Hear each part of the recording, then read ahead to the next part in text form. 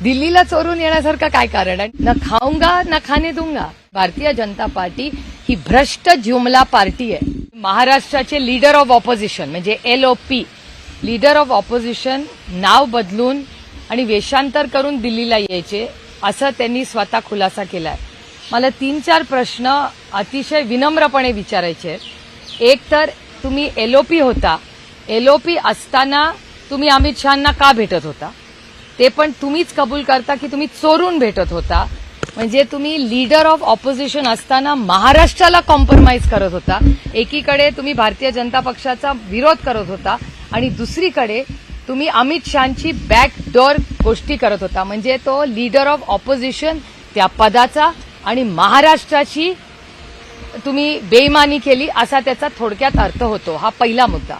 दुसरा मुद्दा, ते तुमच्या चॅनलकडून असं आलं, खरं खोटं मला माहिती नाही, की ते सातत्याने नाव बदलून येत होते. हा या देशामध्ये नॅशनल सिक्युरिटीचा इश्यू आहे. आपल्यासारखे लोक किंवा तुम्ही सगळे, तुमचा कॅमेरामॅन जर उद्या मुंबईला जायला निघाला, त्याला आधार कार्ड लागतं. त्याला दुसरं नाव घेऊन जाता येईल का एअरपोर्टला? तर नाही. पण एका राज्याचा लीडर ऑफ ऑपोजिशन नाव बदलून बुकिंग करतो, एअरपोर्टला जेव्हा जातो तेव्हा त्याचं आधार कार्ड त्या नावाला मॅच होतं का?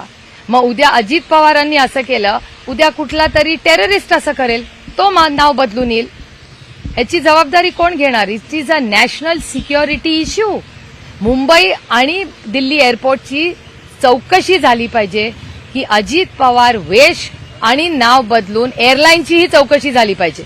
एअरलाईननी कसं काय अलाव केलं ज्या माणसाला तुम्ही ओळखत नाही? आम्ही जेव्हा जातो तेव्हा एअरलाईननी सातत्याने आमचं कार्ड देतात. तुमचं नाही विचारत?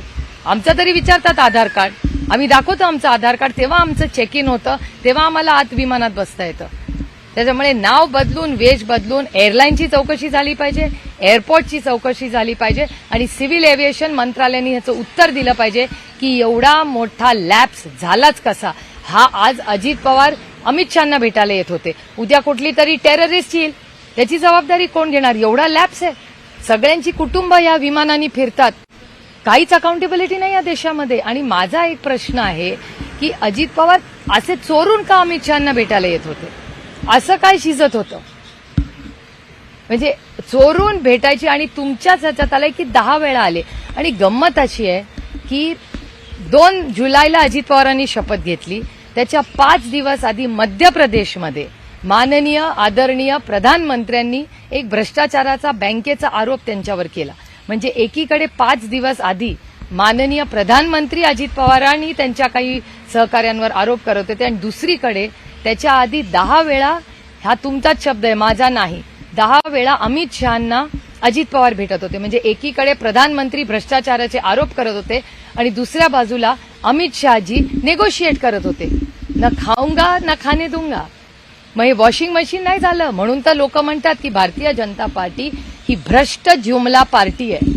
ते वॉशिंग मशीनमधून लोकांना आरोप खरे होते का खोटे होते मला माहिती नाही. याचं उत्तर फक्त देवेंद्रजी देऊ शकतात, कारण का आरोप देवेंद्रजींनी आणि माननीय प्रधानमंत्र्यांनी केले.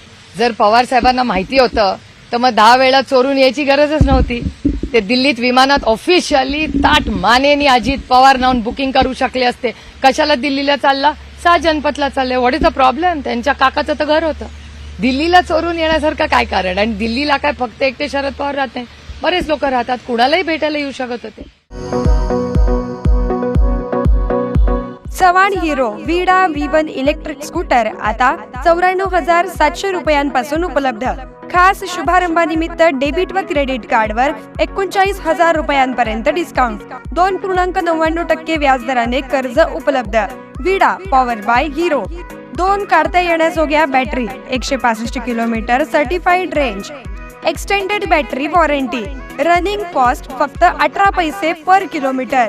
पत्ता चव्हाण ऑटोमोबाईल, अक्कलकोट रोड, सोलापूर. संपर्क 8805 98 65 70.